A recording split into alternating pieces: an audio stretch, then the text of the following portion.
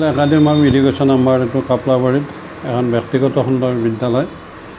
এই বিদ্যালয়ৰ 2025-26 বৰ্ষৰ কাৰণে আমাৰ যিটো 11 ফেব্ৰুৱাৰীৰ পৰা যিটো পৰীক্ষা উচ্চতৰ মাধ্যমিক বিদ্যালয় পৰীক্ষা অনুষ্ঠিত হৈছিল, আমাৰ নেশ্যনেল একাডেমি অফ এডুকেশ্যনৰ তৰফৰ পৰা বিজ্ঞান শাখা আৰু কলা শাখাত মুঠ আমাৰ 50জন ছাত্ৰ ছাত্ৰী অৱতীৰ্ণ হৈছিলে আৰু বিজ্ঞান শাখাত হৈছিল 137জন 137 আৰু কলা শাখা আছিল 13জনে।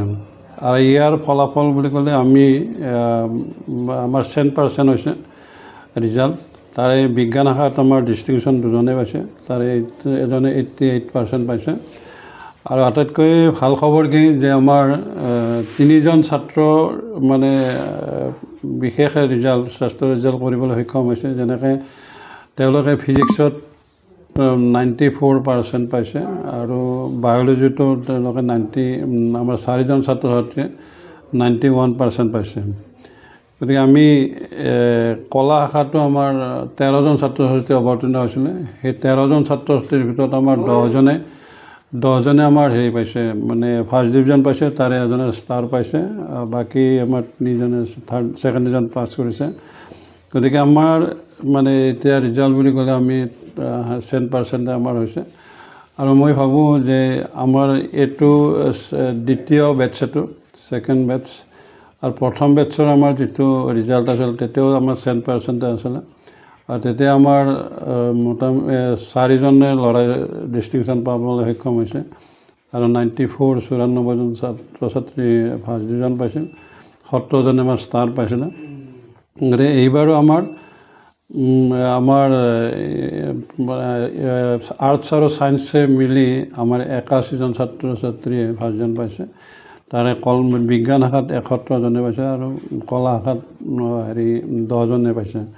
গতিকে আমি ৰিজাল্টটো লৈ আমি অসন্তুষ্ট নহয়, তথাপি আমাৰ 2জনমান ছাত্ৰৰ ডিষ্টিংশ্যন আমি আশা কৰিছিলোঁ যে তেওঁলোকে 2 নম্বৰ কম পোৱাৰ কাৰণে তেওঁলোকে মানে ডিষ্টিংশ্যনটো নাপালে, কিন্তু তেওঁলোকে এটা ভাল ৰিজাল্ট কৰিবলৈ সক্ষম হৈছে। তেওঁলোকে ফিজিক্সত ভাল কৰিছে, 94% পাইছে। গতিকে আৰু ঠিক তেনেধৰণে আৰু 4জন ছাত্ৰ ছাত্ৰীয়েও বায়'লজিত 91% পাইছে। আৰু গতিকে আমাৰ মানে বহুকেইজন ছাত্ৰ ছাত্ৰীয়ে ফিজিক্স, কেমেষ্ট্ৰি বা অসমীয়া এইবিলাকত, বায়'লজি এইবিলাকত লেটাৰ ল'বলৈ বহুত সক্ষম হৈছে। তেওঁলোকে ষ্টাৰ পোৱা নাই যদিও কিন্তু লেটাৰৰ সংখ্যাটো আমাৰ বহুত বেছি। আমি যে আমাৰ ৰিজাল্ট লৈ আমি এখন পিছপৰা অঞ্চলৰ ব্যক্তিগত খণ্ডৰ শিক্ষানুষ্ঠান, আৰু ইয়াতে আমাৰ বেছিভাগ ছাত্ৰ ছাত্ৰী অলপ মধ্যবিত্ত নহয়, অলপ গৰীব ঘৰৰ ল'ৰা ছোৱালীও থাকে। আমাৰ এই ছাত্ৰ ছাত্ৰীবিলাকক আমি যিমান পাৰোঁ, আমাৰ শিক্ষক শিক্ষয়িত্ৰীসকলে খুব মানে কষ্টেৰে সিহঁতক বহুত পৰিশ্ৰম কৰি আৰু সিহঁতে খুব ত্যাগৰ মনোভাৱেৰে এই ছাত্ৰ ছাত্ৰীসকলক ভাল শিক্ষাদান দিয়াৰ কাৰণে সদায় প্ৰয়াস কৰি আছে, চেষ্টা কৰি আছে। আৰু মই ভাবোঁ যে আমাৰ শিক্ষক শিক্ষয়িত্ৰীৰ প্ৰচেষ্টা, যিটো প্ৰচেষ্টাৰ কাৰণে হয়তো আমি এইখিনি ৰিজাল্ট পাবলৈ সক্ষম হৈছোঁ। যিসকলক ধন্যবাদ জনাইছোঁ শিক্ষকৰ এজন বিদ্যালয় মুৰব্বী হিচাপে, যে শিক্ষক শিক্ষয়িত্ৰীসকলৰ প্ৰচেষ্টা অবিহনে আমি ৰিজাল্ট ভাল কৰিব। তেওঁলোকে খুব অধ্যয়নশীল হৈ আমাৰ শিক্ষক শিক্ষয়িত্ৰীৰ যিখিনি পাঠদান, ছাত্ৰ ছাত্ৰীখিনি আমাৰ এই নেশ্যনেল একাডেমি অফ এডুকেশ্যন আমাৰ নলবাৰী জিলাৰে ঠিক মুকালমাৰ পশ্চিমে প্ৰায় 7 কিলোমিটাৰ দূৰত কাপলাবাৰী বুলি এখন স্থান আছে। সেই স্থানত আমাৰ এই নেশ্যনেল একাডেমি অফ এডুকেশ্যন। আৰু এই এডুকেশ্যন আমি ছাত্ৰ ছাত্ৰীসকলক এই চেগতে মই আহ্বান জনাম যে আমি ইয়াতকৈ যাতে তেওঁলোকে যিসকল ছাত্ৰ ছাত্ৰী উত্তীৰ্ণ হৈ গ'ল, সেই ছাত্ৰ ছাত্ৰীসকলে পুনৰ দুগুণ উৎসাহেৰে মানে তেওঁলোকে অধ্যয়ন কৰি ইয়াতকৈ যাতে ভাল ফলাফল কৰি নিজকে এটা আত্মনিৰ্ভৰশীল সচেতন এজন নাগৰিক হিচাপে প্ৰতিষ্ঠিত কৰিব পাৰে।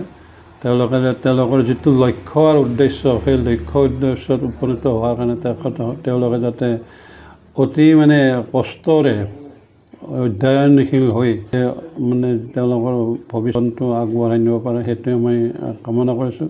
আমি আপোনালোকক জনাব যে আমি ইয়াতকৈ আৰু ভাল ৰিজাল্ট কৰাৰ কাৰণে আমি সদায় প্ৰচেষ্টা চলাইছোঁ, যে আমি এই বছৰ যিটো ৰিজাল্ট তাতকৈ অহা বছৰ তাতকৈ দুগুণ যাতে আমি ভাল ৰিজাল্ট কৰিব পাৰোঁ, সেই আশা আমাৰ সদায় আছে, সেই প্ৰয়াসটো সদায় আছে, সেই প্ৰচেষ্টাটো সদায় আমাৰ আছে। যিমান পাৰোঁ এই পিছপৰা অঞ্চলৰ ছাত্ৰ ছাত্ৰীসকলক যাতে আগুৱাই নি এখন দেশৰ এজন ভাল নাগৰিক হিচাপে আৰু নেশ্যনেল একাডেমীৰ ছাত্ৰ হিচাপে তেওঁলোকৰ মানে প্ৰকাশ কৰিব পাৰোঁ সেইখিনি আমাৰ প্ৰচেষ্টা